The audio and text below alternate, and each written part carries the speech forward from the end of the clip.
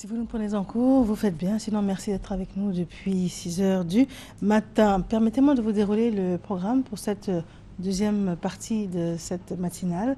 Monsieur Jean-François Youmont est notre coach en développement personnel et savoir dire non sans blesser, les techniques imparables. Voilà, ça va être le thème pour tout de suite. Monsieur Yaoun Cho sera là tout à l'heure. Il est expert consultant en sécurité informatique. Et avec lui, on va voir les localisations sur Internet. Et puis ensuite, nous aurons le monde agricole avec des représentantes de Madame Irielou Colette, histoire d'acheter tout au kilo ici en Côte d'Ivoire.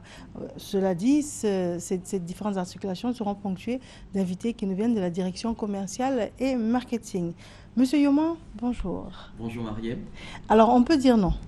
On peut dire non, effectivement, c'est tout à fait normal de dire non, mais comment le dire sans que ça ne passe pour de la méchanceté, de la dureté, pour un manque souvent donc de cœur parfois. On tague les personnes qui disent non tout de suite, de personnes qui sont sans cœur parfois, mais nous verrons au cours donc de cette tranche oreille qui nous est consacrée, comment justement dire merci, plutôt comment dire non, sans que ça ne passe pour un refus catégorique, mais qui exprime justement notre état d'âme au moment où on dit ce non-là. D'accord, alors je vous ai consciencieusement écouté, mais j'ai envie de vous dire que le résultat est le même.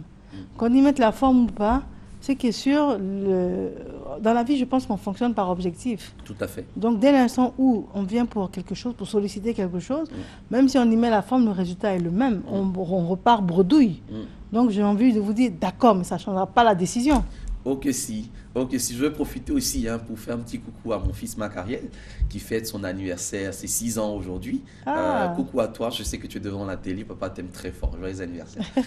Et la forme est importante, Mariem. La forme en fait en développement personnel, c'est un peu ce que le packaging représente en fait pour la commercialisation d'un produit. Et quand on sait ce que le packaging peut représenter en termes de présentation, de vente, etc. C'est l'emballage en fait. L'emballage. Et l'emballage est quelque chose d'extrêmement important. Dire non, pourquoi? Dire non dans quel but? Parce qu'en réalité, lorsque on nous sollicite par exemple pour une tâche quelconque, lorsqu'on nous sollicite pour une aide quelconque, ce qu'il est important de remarquer ici, c'est que celui qui nous sollicite s'attend en fait à ce que sans refus, nous puissions aller dans le sens de sa demande ou dans le sens de ce qu'il attend de nous. Donc en réalité, il s'attend à ce que nous ne lui refusions pas. Donc en fait, celui qui vous sollicite, lui, s'attend à ce que vous ne puissiez pas opposer un refus à sa demande. Ce qui veut dire que finalement, on est dans une démarche ici où tout est fait en réalité pour que vous puissiez satisfaire les autres, pour que vous puissiez être bien avec les autres, alors qu'en développement personnel, nous disons ceci, vous ne pouvez être bien avec les autres que si vous êtes bien avec vous-même. Vous ne pouvez être utile, positif pour les autres que si vous êtes positif et bien pour vous-même.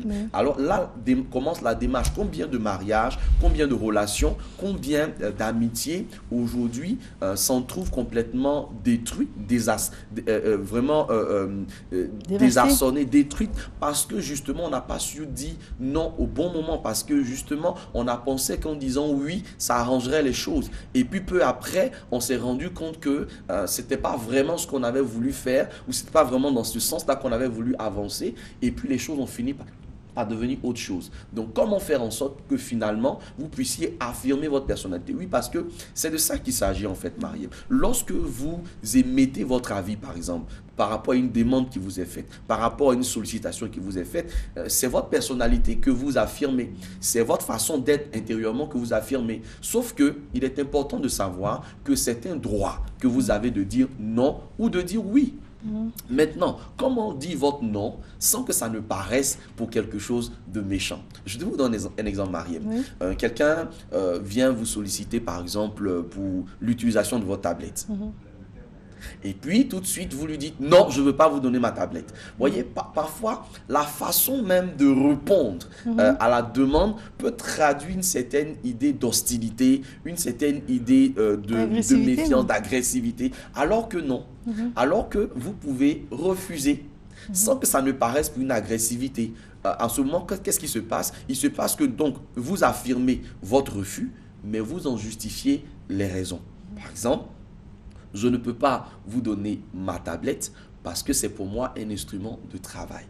Je ne peux pas vous la donner peut-être maintenant, mais une autre fois, je pourrais peut-être vous la donner. Vous voyez que c'est la même façon de refuser peut-être, mais la manière que vous employez pour apporter ce refus-là permet à la personne en face de vous de comprendre les motivations de votre refus. Parce que très souvent, ce qui froisse, ce qui brise, ce qui désarçonne les personnes qui nous approchent, ce n'est pas tant qu'ils ne savent pas que nous avons le droit de refuser ou pas, mais c'est que des fois, on ne sait même pas pourquoi on nous a refusé telle ou telle chose. Mais je suis d'accord avec vous qu'il y a des cas, des circonstances et des personnes avec lesquelles même la manière, même la façon de faire ne change pas grand chose. À la limite, lorsque vous essayez de mettre de la manière, vous essayez de mettre de la forme, ils peuvent interpréter cela comme une sorte de faiblesse de votre part. Et en ce moment-là, en développement personnel, on parle de fermeté. Donc, il faut pour ces genres de personnes-là pouvoir opposer vraiment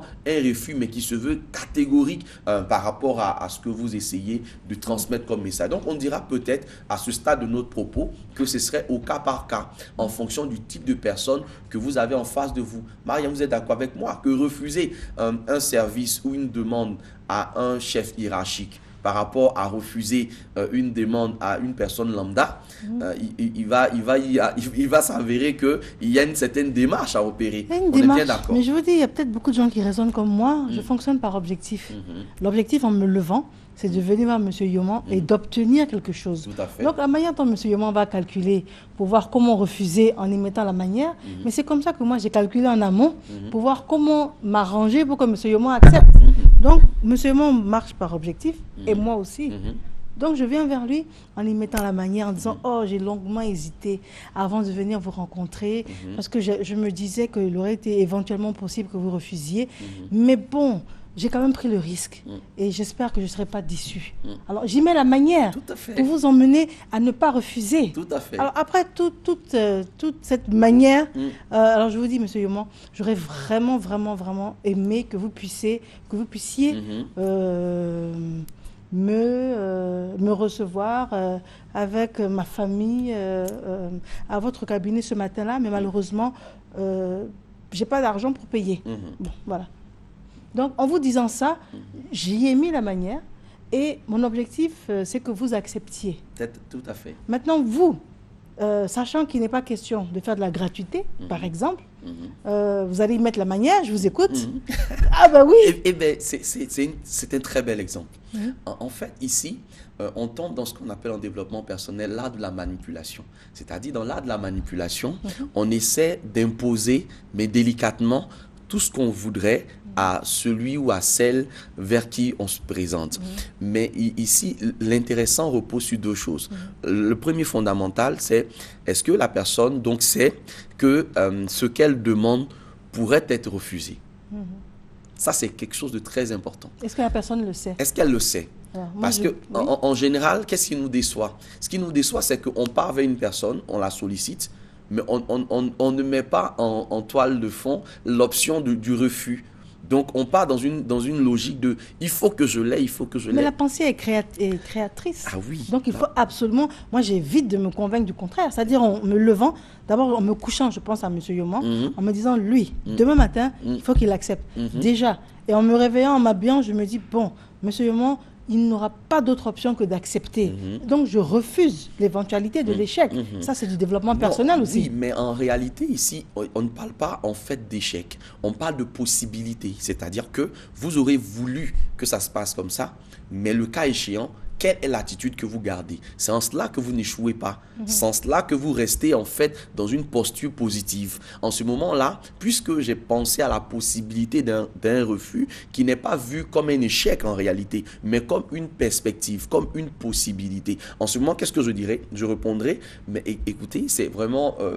une très bonne chose que déjà vous ayez pensé à mon cabinet, que vous ayez pensé à venir avec votre famille. La possibilité peut-être existe que nous puissions vous recevoir. Mais vous voyez, cette tranche horaire, par exemple, elle est prévue pour des personnes qui ont payé et qui doivent se faire recevoir. Donc, vous allez voir avec mon cabinet. avec le secrétariat, arranger un autre rendez-vous et puis à partir de là, on verra comment, même si on ne peut pas le faire totalement gratuitement, mais on verra à partir de ce que vous avez, ce qu'on peut faire pour vous. C'est un non aussi. Hein? Mais vous voyez, il y a toute la manière et la façon de faire également qui va avec. Est-ce que c'est un non dès l'instant où vous n'avez pas refusé? À moins que ce ne soit pas la vérité. Parce que là, moi, j'ai compris que vous acceptez, mais pas à l'heure que j'ai choisi. D'accord. Déjà, donc, ça ne sera pas donc à l'heure que vous avez choisi. Oui. Donc, ça ne sera pas également gratuit parce que dans le refus que j'ai apporté, j'ai apporté également une solution. Et c'est cela, le troisième aspect dans le refus. Donc, on dit non. On dit pourquoi on dit non. Mais troisièmement, il faut apporter une sorte de solution. Il faut aider l'autre, en fait, à trouver un bout de solution dans le refus que vous lui apportez. C'est-à-dire, vous ne l'envoyez pas balader finalement. Vous ne mettez pas, en fait, un terme à son espoir d'avoir une solution, mais vous essayez d'ouvrir en fait des vannes pour que la personne puisse comprendre effectivement que j'aurais peut-être voulu avoir cette chose-là, mais si je ne l'ai pas, voici comment ou de quelle autre façon je peux pouvoir obtenir cette chose-là. C'est pourquoi on parle de technique imparable. C'est-à-dire que finalement, vous auriez dit non, mais la personne s'en ira joyeuse parce que votre non ne l'a pas brisé. Et c'est ça le plus important au développement personnel. Même par exemple, la femme qui, pour une raison de fatigue, pour une raison de mauvaise humeur, etc., se refuse à son homme qui la sollicite, par exemple, dans l'intimité, vous savez que ça envoie de sérieux problèmes dans les couples, de sérieux problèmes dans les relations. Le fait de dire non, en fait, ça peut paraître parfois comme une façon de manquer d'amour, etc., alors que non. Il faut pouvoir peut-être trouver la possibilité d'expliquer la raison pour laquelle madame n'est pas disponible aujourd'hui dans cette circonstance-là pour l'autre. En fait, la réalité, c'est que le fait de ne pas donner un contenu au non, le fait de ne pas donner un contenu à notre refus peut pouvoir générer dans l'esprit de l'autre des idées, des pensées qui ne sont pas forcément celles que nous avons émises au moment où nous avons exprimé cette idée. C'est pourquoi en développement personnel, nous disons ceci. Si vous ne savez pas où vous allez, les autres vous emmèneront là où ils vont et ça ne sera sûrement pas là où vous avez rêvé aller. Donc, il est important à un moment donné de dire ce que vous pensez au-dedans de vous-même et de savoir que dans tout ce processus-là, vous ne pouvez aimer les autres qu'à la mesure de l'amour que vous portez vous-même. Vous ne pouvez pas aller au-delà des capacités que vous avez. Vous avez souvent certaines personnes qui ont fait des prêts et ces prêts n'ont pas été remboursés. Je voulais justement à ce sujet vous dire, à vous écouter parler, si je viens vous solliciter en disant, monsieur Yvon, j'ai besoin de 1 million. Vraiment, je compte sur vous, je vais faire ci, ça, ça. Enfin, bref, je trouve la méthode, mais j'ai besoin de vous. Alors, si vous me dites, Mariam, je peux malheureusement pas, je suis un peu pris au dépourvu et puis j'ai des dépenses en perspective, mais voici 50 000 francs, ma contribution, et je vous souhaite bonne chance. Exactement. C'est un non? Exactement. C'est un non, mais c'est un non positif. D'autant que les 1 million, vous ne les avez pas, ou peut-être que vous les avez, mais pour un projet qui vous est propre. Et ça, c'est très important, de ne pas se sentir gêné, de ne pas pouvoir faire quelque chose pour quelqu'un en totalité, mais de pouvoir peut-être apporter votre contribution. Les 1 million, vous ne les avez pas donnés. Vous-même, intérieurement, vous sentez que vous avez pu contribuer d'une certaine façon, d'une certaine mesure, mais finalement, la personne aussi qui part a une certaine satisfaction, même si elle n'est pas totale. L'important, c'est à la fois de se sentir bien, et puis aussi d'avoir contribué à notre modeste façon à être aussi un canal par lequel l'autre peut se sentir bien. Parce que, comme je l'ai dit ici, vous savez qu'il y a des oui qui traduisent en fait une faiblesse, qui traduisent en fait un manque de personnalité, un manque de capacité de s'affirmer réellement tel qu'on est. Parce qu'il y a des personnes... Vous auriez pu me dire oui, et puis après ne plus décrocher. Voilà, et puis ne plus décrocher par exemple. Et de vous dire oui, et puis ne vous donner que des rendez-vous, et des rendez-vous, et des rendez-vous. Mais en fait, quand on regarde vraiment de façon très proche, on se rend compte que votre oui n'a pas été oui. Mais votre oui a été en fait un oui de lâcheté. Et finalement, la personne peut commencer à porter un jugement de valeur à votre endroit. Il exagère, mais il n'est pas bien. Comme on dit de manière familière, il a les foutaises. Il a les foutaises. Il a les foutaises. Et en général, c'est une personne qui dit c'est oui qui envoie, c'est non qui envoie par là, n'est-ce pas? Mais c'est non qui envoie par là, mais des fois, il faut pouvoir vous comprendre que dans notre processus de croissance, l'enfant, en réalité et en général, il sait dire non. Je ne sais pas si vous l'avez remarqué avec vos propres enfants. Mais il y a l'âge même du non. Voilà. Tu veux que... Non. Et c'est ferme. Quel que soit ce que c'est. Quel que soit qui vous êtes. Ça m'est arrivé avec ma fille de 2 ans. Allez, souffle ton gâteau. Non. Non, voilà. Mais le gâteau, non.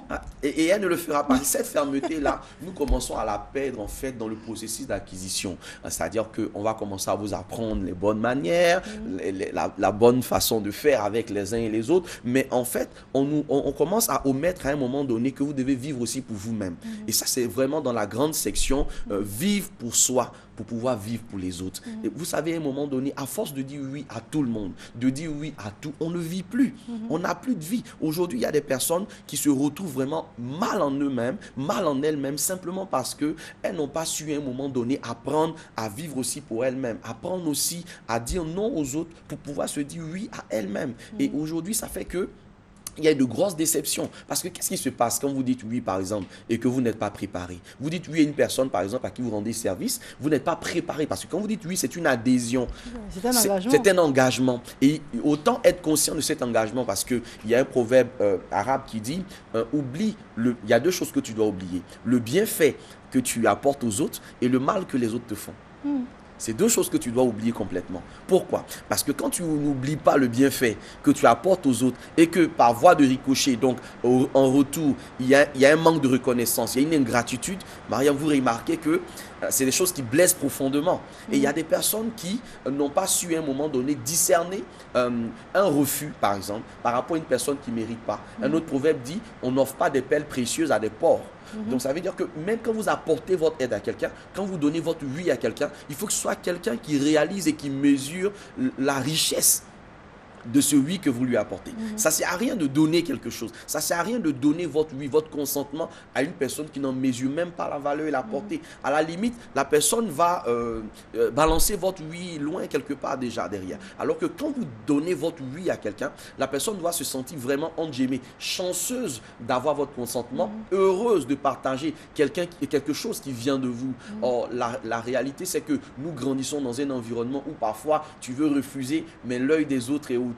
On dira, mais qu'est-ce qu'elle est méchante cette femme, mais elle n'a même pas de cœur, elle est ceci, elle est cela. Et des fois, c'est même pas à cause de nous-mêmes que nous acceptons. Des fois, nous acceptons à cause du regard des autres. Et des fois, les autres, à cause de qui nous avons donné, ils donnent pernard quand nous manquons de sommeil parce que nous avons fait ceci ou nous avons fait cela. J'ai vu dans mon cabinet parfois des parents d'élèves qui ont donné la scolarité, par exemple, pour aider des personnes et qui, au moment venu, n'ont pas été remboursés. Et les enfants sont restés presque sur le carreau. Et ils se sont retrouvés dans des schémas dans lesquels ils devaient maintenant eux-mêmes aller chercher comment faire pour scolariser leurs enfants. Et généralement, malheureusement, on a l'impression que les gens à qui on donne ont tellement de mal à rembourser que vous devenez leur ennemi.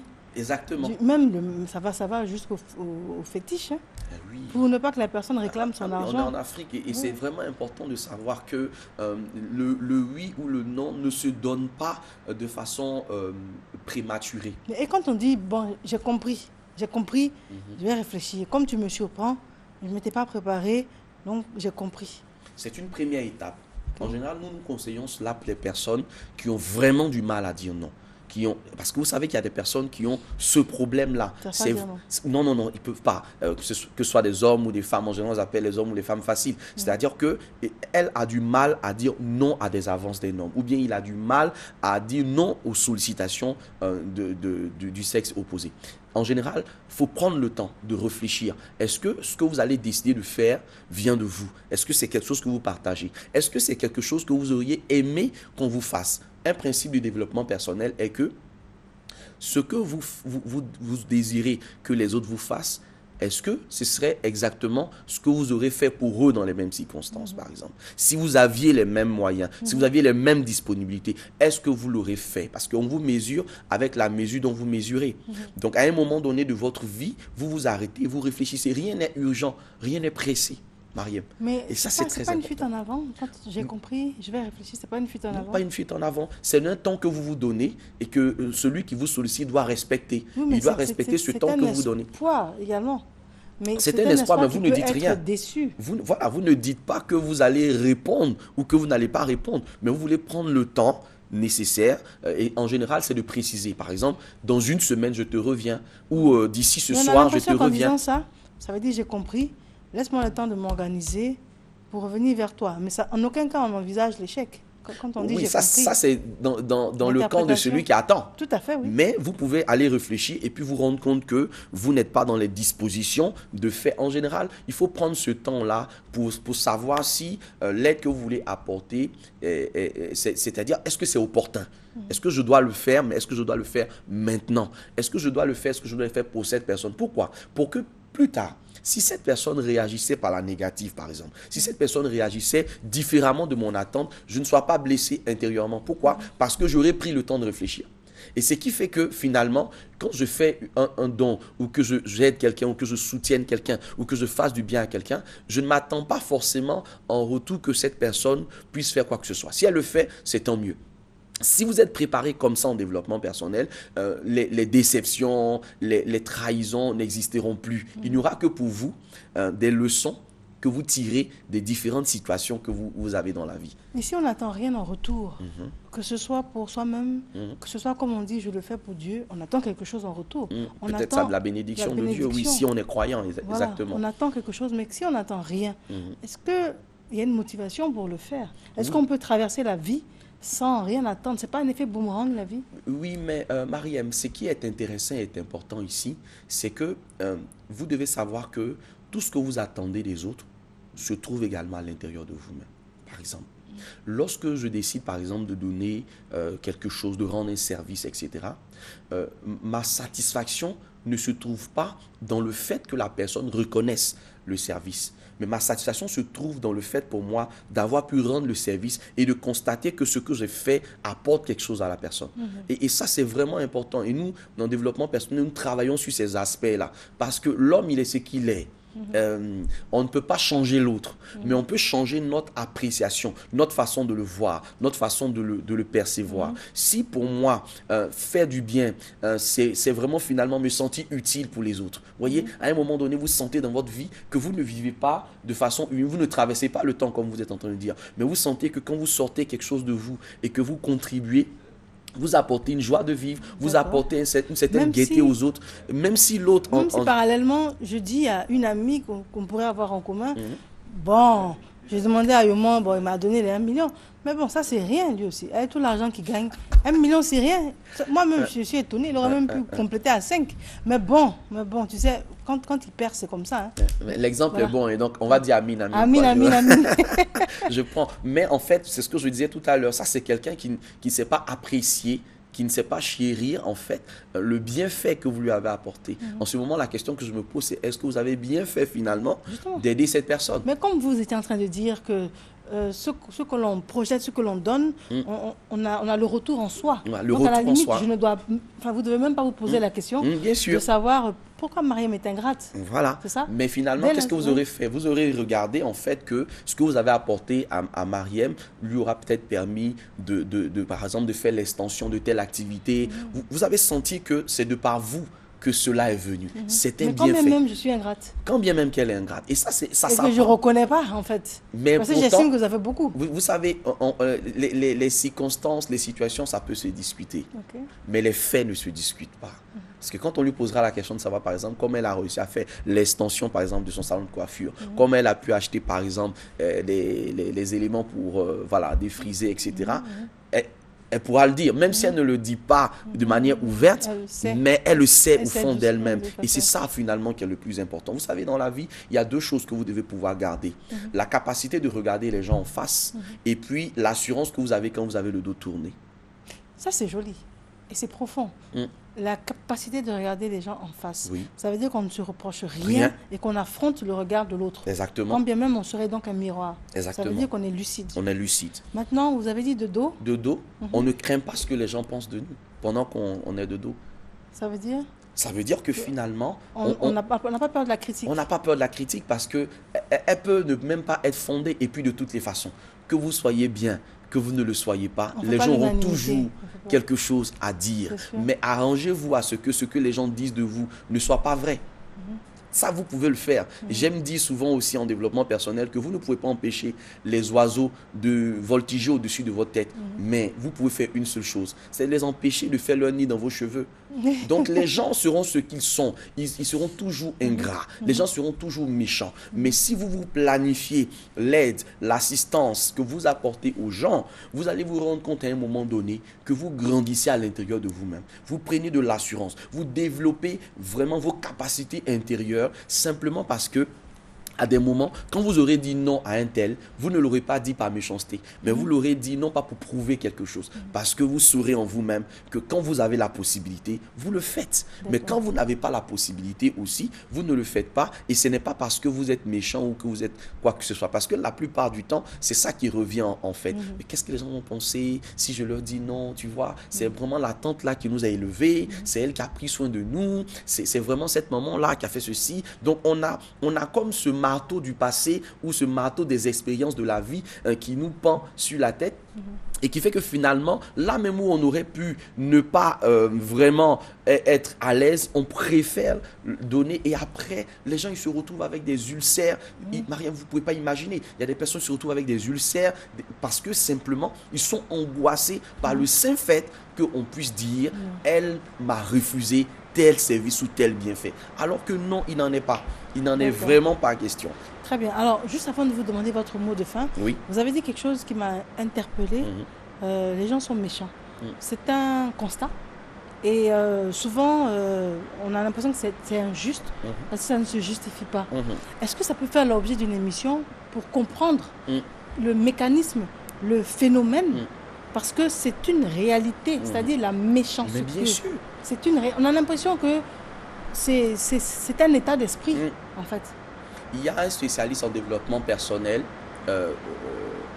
Martin Latulippe, qui disait ceci: la méchanceté, c'est l'entortillement de l'esprit.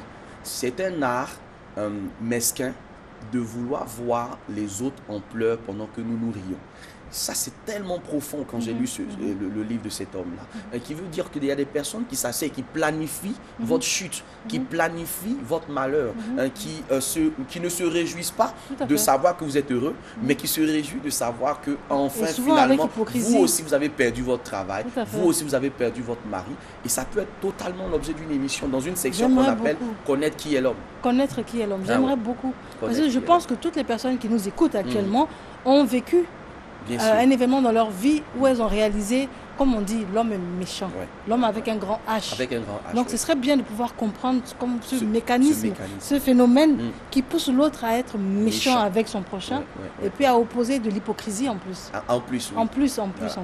Il te sert un sourire alors qu'il est la base de tes pleurs. Il y a un proverbe sénégalais qui dit, c'est l'enfant que tu mets au dos qui peut te mordre. Wow. Et c'est généralement quelqu'un qui vous est très proche qui peut vous opposez cette méchanceté au point d'être déçu. En fait. Déçu, tout à fait. En tout cas, ce sera avec plaisir. J'espère que ce sera la prochaine émission. J'espère aussi. Je bouscule un peu peut-être le planning établi. C'est important qu'on puisse traiter de sujets qui nous parlent. Tout à fait. Ce n'est pas finalement de traiter des sujets pour les traiter, mais c'est vraiment de traiter des sujets qui répondent vraiment au développement personnel des personnes qui nous écoutent. Et je pense que ce sera une émission fabuleuse. Merci en tout cas. On vous joint comment? On nous joint au plus 225 59 57 63 67. 59 57 63 67. Très bien. Merci encore d'être venu. Je vous en prie. Et il s'appelle M. Yao Incho, il est expert consultant en sécurité informatique et on le reçoit tout à l'heure dans le cadre de notre rubrique Antique et il nous parle des localisations sur Internet. Elle s'appelle Christelle Akoussa, elle signe la réalisation, nous avons un élément de transition et nous le recevons avec grand plaisir. Maman, voici la maman. Oh, la maman du Kadi. Bonjour Adja. Bonjour voisine. Hey, Aniko, ça va bien? Il est toujours en pleine forme. Qu'est-ce qui ne va pas, Adja? Je viens de l'hôpital encore. Kadi est toujours malade. Encore? Je ne sais pas quoi faire. Voisine, dis-moi, nous vivons ensemble dans le même quartier. Nos enfants jouent ensemble. Ton fils est toujours en pleine forme. Quand ta Kadi, elle est tout le temps malade. Si ce n'est pas la diarrhée, c'est la grippe. Tu sais, nous sommes entourés de beaucoup de microbes, avec ces gens qui pissent partout, sans se laver les mains, qui éternuent dans leurs paumes, sans les nettoyer, et qui viennent nous serrer les mains. Et surtout, nos enfants, qui jouent partout dans le quartier, et puis qui mangent sans se laver les mains. Moi, pour protéger ma famille, pendant 30 secondes, je respecte les 10 étapes du lavage des mains au savon. Je comprends pourquoi ton fils Yannick est toujours en pleine forme. Avec ces gestes simples, toi, ta famille, vous resterez toujours en bonne santé. Merci ma soeur. Désormais, le lavage des mains avec du savon sera pratiqué par toute ma famille. Et vraiment, crois-moi, j'y veillerai personnellement. Notre santé se trouve entre nos mains. Gardons-les toujours propres. Ceci est un message du ministère de la Santé et de la lutte contre le sida. Les 10 étapes du lavage des mains avec du savon. Retirez les bijoux. Suivez les 10 étapes du lavage des mains. Respectez un temps minimum de 30 secondes. 1. Mouillez les mains avec de l'eau propre. 2. Appliquez du savon sur toute la surface de la main. 3. Se frotter la paume des mains soigneusement. 4. Frotter la paume de chaque main avec le côté extérieur de la seconde main. 5. Frotter les faces des doigts entrecroisés. 6. Se frotter soigneusement le côté extérieur des doigts avec la paume de l'autre main. 7. Frotter chaque pouce à l'intérieur de la paume opposée. 8. Frotter chaque bout de doigt de manière circulaire à l'intérieur de la paume opposée. 9. Rincer correctement les mains. 10. Laissez les mains devenir sèches avant tout contact. Se trouve entre nos mains. Gardons-les toujours propres. Ceci est un message du ministère de la Santé et de la lutte contre le sida. Alors, monsieur Yaounsho, monsieur, bonjour. Bonjour. Merci d'être là. Merci aussi. Avec vous, on parle NTIC. Oui, on parle technologie. Nouvelle technologie. Oui. Alors, on parle de localisation sur Internet. Oui, Qu'est-ce aujourd'hui, que on ça va parler de localisation sur Internet, mais tout ce mois, nous allons parler de localisation sur Internet. On a beaucoup de gens qui nous appellent, qui nous disent, par exemple, je suis en train de discuter avec quelqu'un sur Internet pour une affaire, soit pour la correspondance, par exemple, ou bien, on va dire, pour des affaires. Et je me demande si cette personne est réellement la personne qui se présente sur Internet, ou bien, parce qu'on peut avoir, par exemple, des gens qui sont avec nous dans le même pays, mais qui se font passer pour des personnes qui sont dans des pays étrangers, comme en France, aux États-Unis, etc. Donc, comment localiser ces personnes? Je reçois un mail. Est-ce qu'il est possible de localiser ce mail, savoir la provenance de ce mail, savoir qui a emmené ce mail? Je peux recevoir un mail, savoir si il s'agit d'un mail d'arnaqueur ou pas. Donc là, on parle de localisation sur Internet. Il faut savoir en même temps que tous les objets qui sont connectés aujourd'hui, un téléphone peut être connecté à Internet. Aujourd'hui, un ordinateur peut être connecté à Internet. Donc, tous les objets qui sont connectés sont capables peuvent être localisés. Donc, il est possible aujourd'hui de localiser mon téléphone. Il est aujourd'hui possible de faire sonner mon téléphone à distance. Par exemple, si mon téléphone est égaré, si mon téléphone est perdu. Il est possible de faire sonner mon téléphone même si mon téléphone était sous silence. Et s'il est éteint? Parce que les voleurs, là, ils éteignent le téléphone. Oui, non, ils éteindront le téléphone, mais s'il a volé le téléphone, c'est par exemple pour le vendre. Voilà. Donc, il est possible, même si la personne enlève la puce qui est dans le téléphone, et même change la puce qui est dans le téléphone, de faire quand même sonner le téléphone. Parce qu'il est possible d'avoir le nouveau numéro qui est dans ce téléphone-là. Donc, il y a tellement de possibilités que nous offrent en fait les nouvelles technologies. Mais le grand problème, c'est qu'il y a certaines balises à mettre d'abord avant que soit le téléphone ou bien soit l'ordinateur soit perdu. Souvent, il y a des gens qui nous appellent, qui nous demandent est-ce qu'on peut localiser le téléphone? Ce n'est pas possible, soit parce qu'il n'a pas paramétré. Oui, il n'a pas bien paramétré ou bien il n'a pas installé l'application qu'il faut, etc. etc. Donc, c'est pour apprendre en fait toutes ces choses tout au long de ce mois avec des démonstrations. Donc, ceux qui ont leurs ordinateurs, ceux qui ont leur téléphone, leur smartphone, ça sera un temps pour eux d'être là chaque mardi pour vraiment suivre ce qui va se passer et en fait être plus sécurisé parce que lorsqu'on achète des objets connectés, comme aujourd'hui des smartphones, etc., qui coûtent assez cher, il faut savoir qu'il faut y ajouter la sécurité. Mais du coup, bon, c'est peut-être pas vous que j'aurais dû poser la question, mais on ne sait jamais. Peut-être que vous avez la réponse. Quand vous parliez d'appareils et puis de sécurisation, la question que je me pose, c'est lorsqu'on aura fait tout ça, et puis en cas de vol ou de perte, généralement la personne qui rachète, on va lui dire non, j'ai acheté un matériel d'occasion. C'est ce que le vendeur va lui dire, le voleur-vendeur va lui dire. Bon, je te vends ça, j'en ai plus besoin ou bien on m'a donné à vendre. Et puis l'autre achète ça à un bon prix en se disant j'ai fait une bonne affaire. Donc il est officiellement le nouveau propriétaire du matériel. Donc quand bien même, après toutes les instructions de M. Ncho, on arrive à localiser l'appareil, Mais je ne vous connais pas. Je n'ai pas affaire à vous. J'ai acheté mon appareil en bonne et due forme. Je suis allé au Black. J'ai acheté. Je veux dire, vous qui savez, est-ce qu'on a un recours pour pouvoir récupérer l'appareil? Oui, bien sûr. Celui qui a le nouveau téléphone volé, c'est un receleur, tout simplement. Donc, le téléphone, mais on a quand même le droit d'acheter du matériel d'occasion. Oui, mais quand on va au marché, oui. c'est pas forcément du neuf qu'on achète. Mais bien sûr. Et en fait, la chance qui serait derrière, c'est que si vous êtes receleur dans cette affaire, vous pouvez permettre de remonter toute une filière. De vol. Mais en fait, ce qu'il faut comprendre réellement, c'est qu'aujourd'hui, il faut éviter d'acheter du matériel volé. On ne peut pas savoir réellement. Regardez, je prends le cas de tout ce qui est iPhone, etc. Ce type de téléphone-là, par exemple, il est possible aujourd'hui de verrouiller le téléphone à distance lorsque c'est un téléphone volé. Donc, ce qui se passe, c'est que souvent, si vous achetez ce type de matériel volé, vous allez vous retrouver dans une position où après un mois, le téléphone peut être verrouillé.